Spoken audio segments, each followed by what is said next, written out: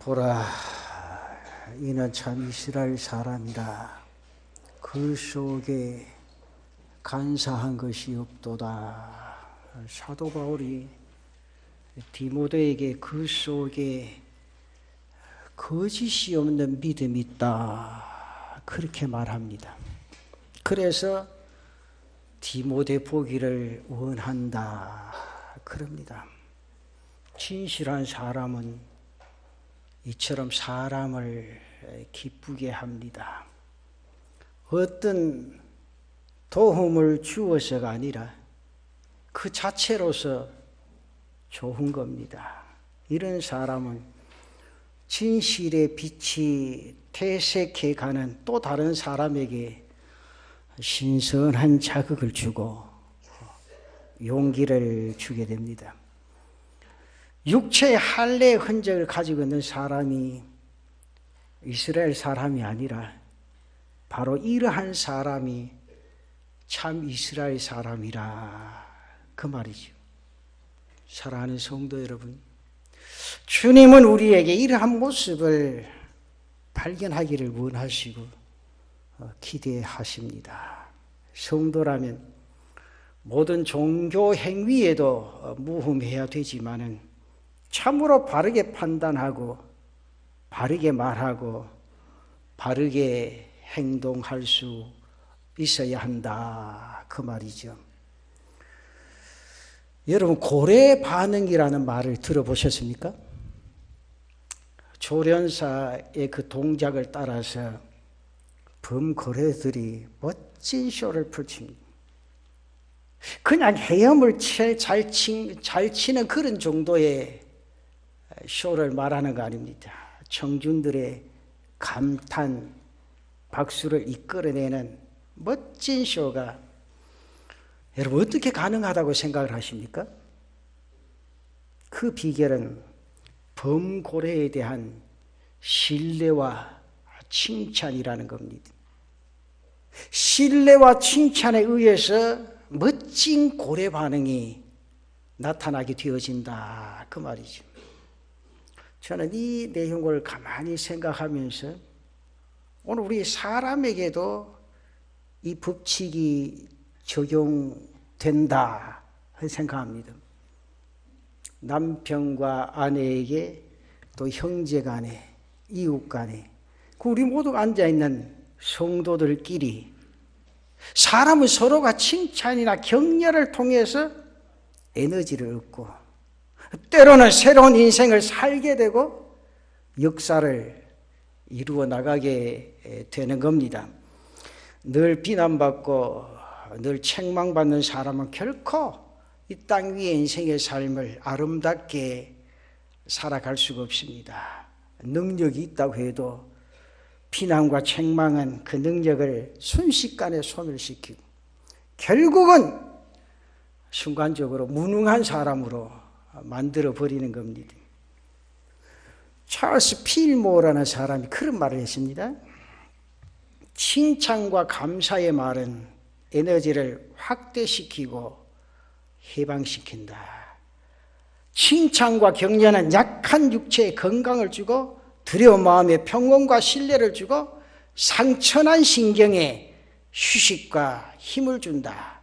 또한 우리는 칭찬을 받으며 기뻐한다. 식물도 사랑을 베풀면 잘 자라는 것이다, 그런 말을 했어요. 여러분, 이 말이 실감이 나십니까?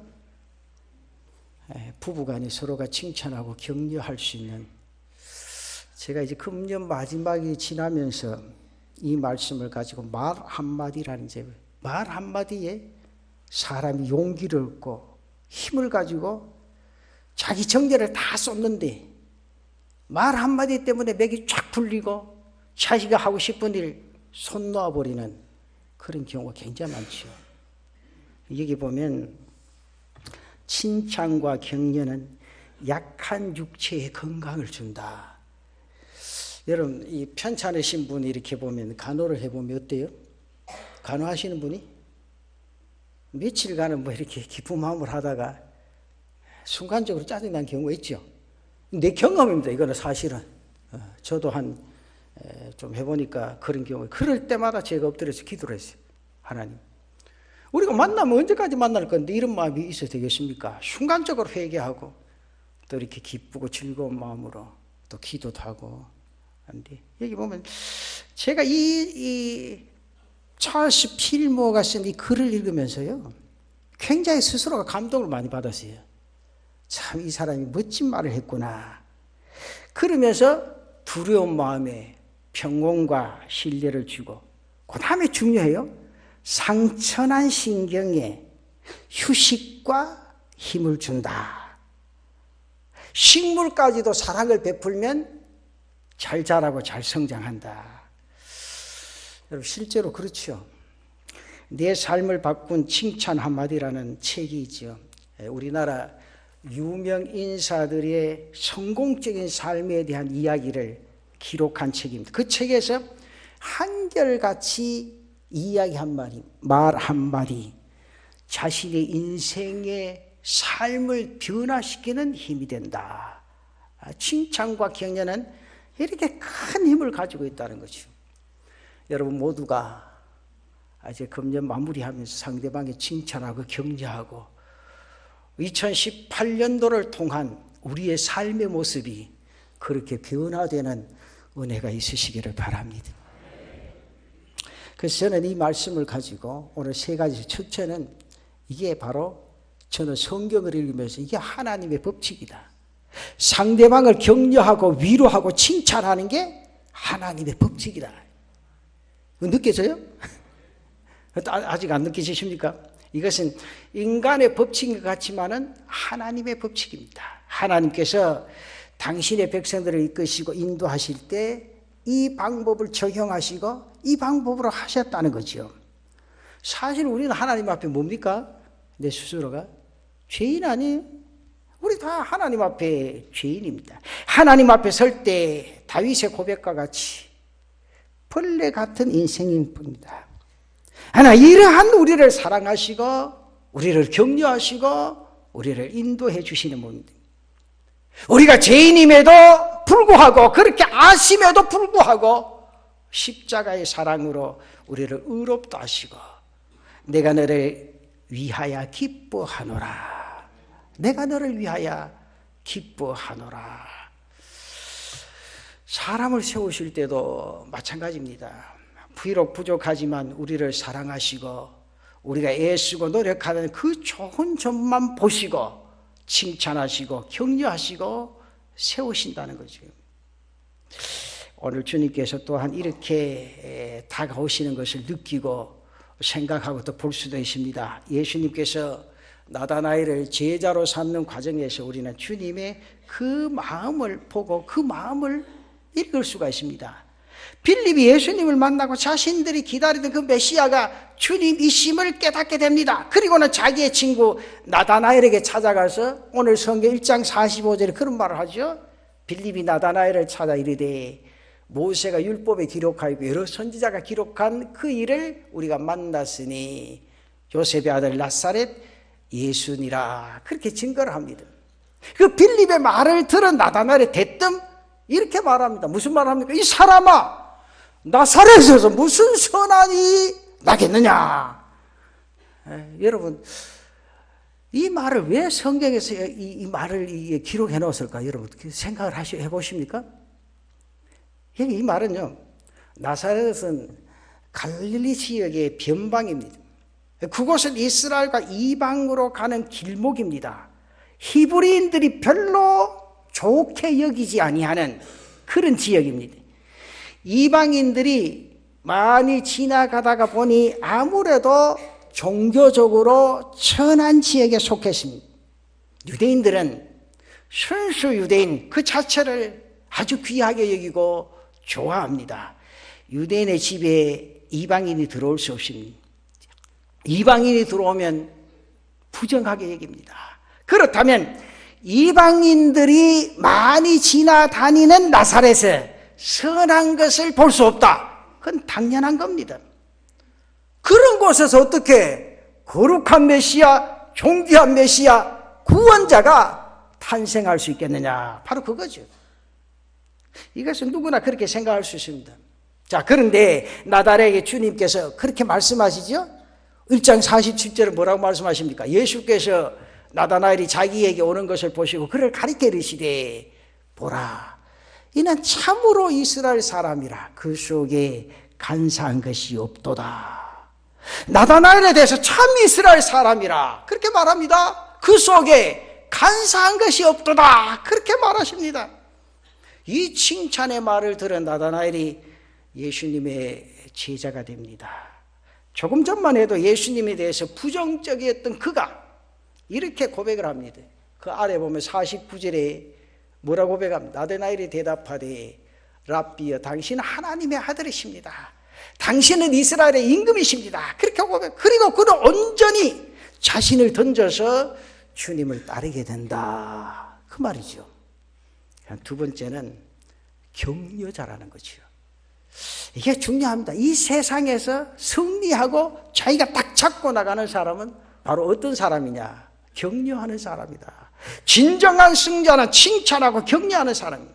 아무리 자기를 무시하고 대적하는 사람이라 할지라도 자신에게 칭찬하는 사람에게 침을 뱉을 수가 없습니다. 사실 예수님 지금 나다나엘에게 무시를 당한 거죠. 나사렛에서 나온 사람이라면 별 볼 일 없지 거기서 무슨 선한 것이 나겠느냐 그렇게 말합니다.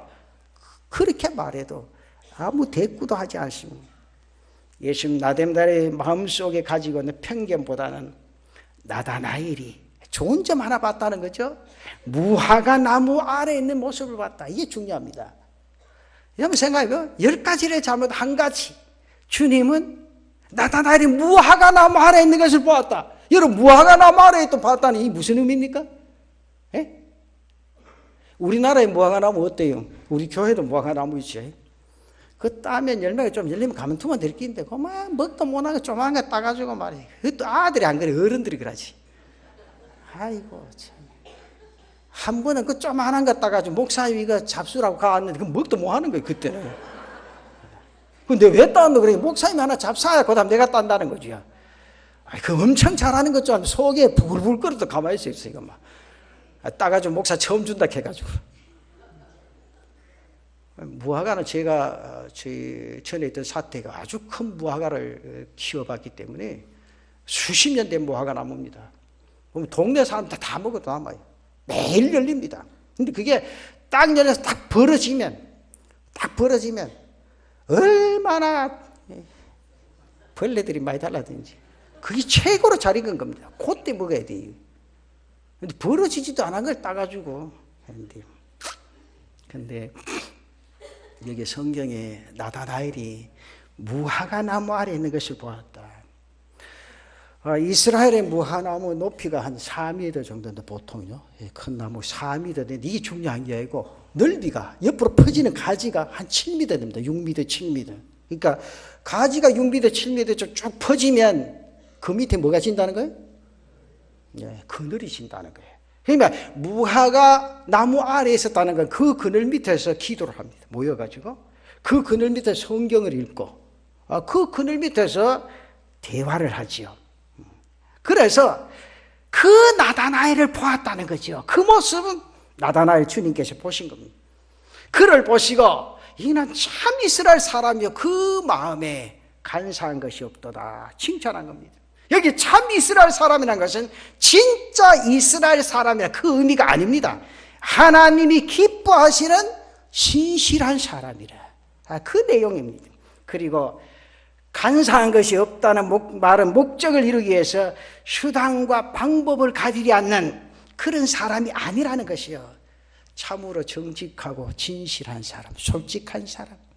쉽게 말하면 따라합시다. 겉과 좀 크게 해봐요. 겉과 속이 같은 사람. 그게 중요해요. 보통 과일들은 겉이 좋습니까? 속이 좋습니까? 보통 볼 때. 사과는 일 보면 뭘 보고 사죠? 겉에 껍데기 보고 껍데기. 근데 진짜 속이 좋은 과일은 뭐예요? 무화과예요. 무화과. 여러분 무화과는요. 쏙부터 딱 먹으면요. 얼마나 단지 몰라. 껍데기부터 안으로 들어갈수록 계속 달콤하죠. 사실은. 잘 익으면. 무화과 하나가 짜리가 이만하잖아요. 근데 요만한 거 따가지고.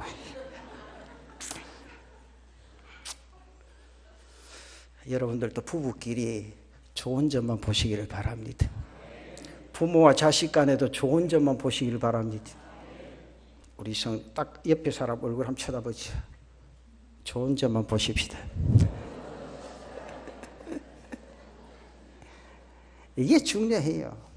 좋은 점만 보고 살아가면 부부가 행복하고, 좋은 점만 보고 살아가면 자녀가 효자될 수밖에 없고, 좋은 점만 보고 성도끼리 교제하면 하나님의 은혜 속에 흠뻑 젖어드는 은혜가 있게 될 줄로 믿습니다.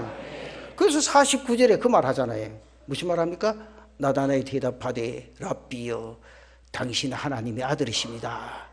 당신은 이스라엘의 임금이십니다. 내가 의롭고 진실하다면 어떤 면에서 당당할 수 있습니다. 여러분 생각하죠?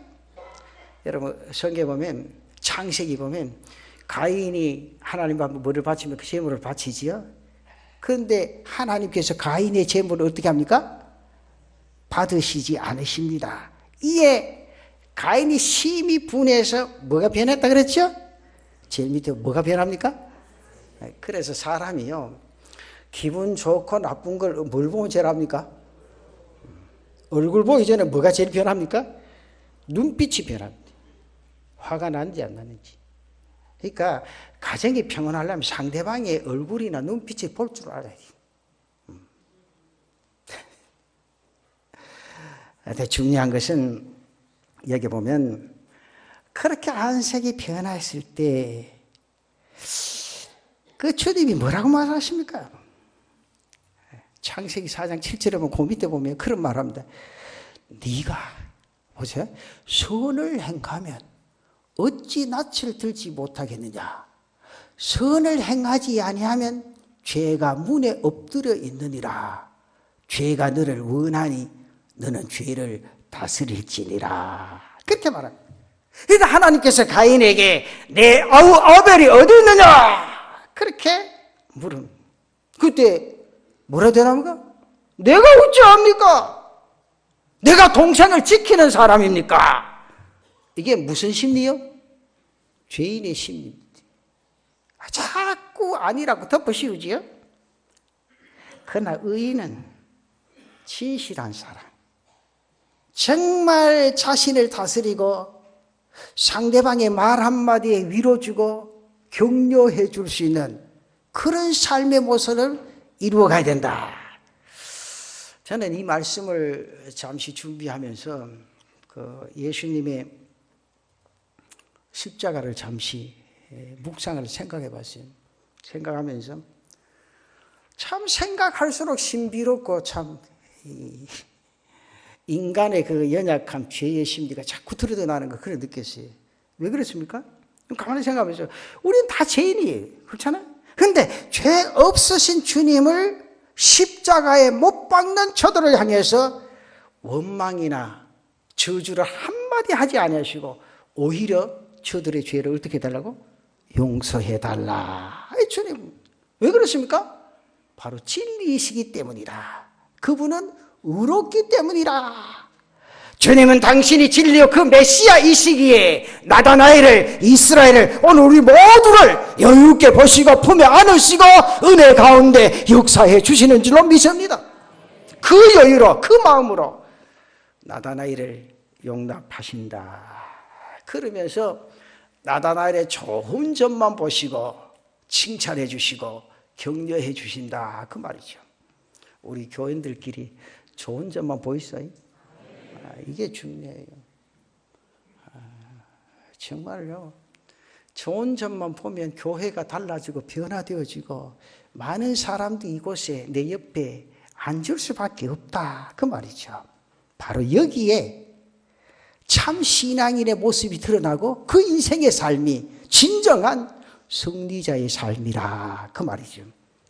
그러면서 제가 마지막에 이 말씀을 준비하려고 해서 세 번째, 바로 이것이 사람을 얻고 교회를 세워나가는 힘이 된다.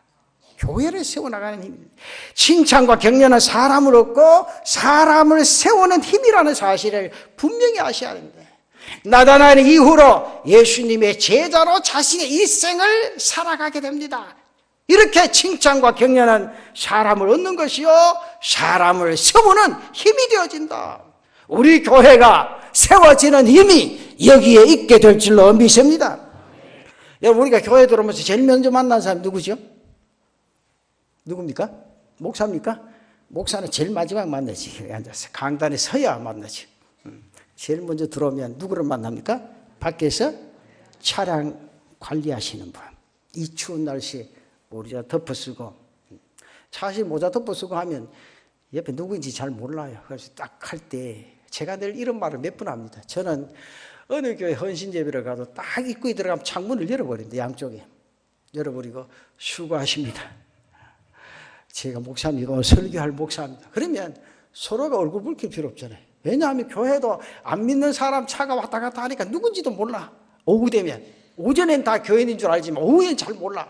그래서 내가 목사입니다. 아, 목사님 오십니까? 뭐 얼굴 붉힐 게 없어요. 딱 올라오면서 창문을 아무리 추워도 창문을 한번 열어줘야 시원해요. 그러니까 추울 때도 딱 열고 집사님 수고하십니다.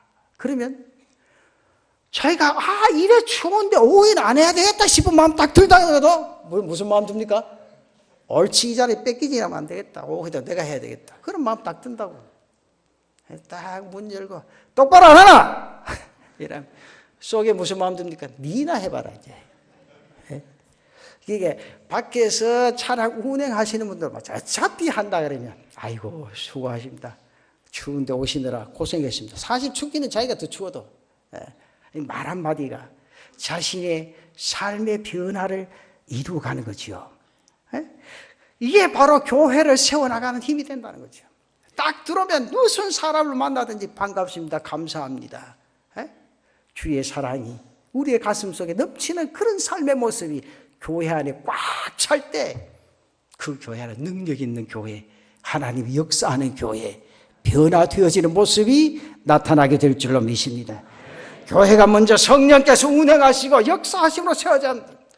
절대로 내 힘을 나타내면 안 돼요. 성령이 나를 주관하고 성령의 이끌림을 받는 그런 삶의 역사를 이루어갈 때 하나님이 나를 통한 역사가 이 교회에 나타나는 은혜가 있어야 될 줄로 믿습니다.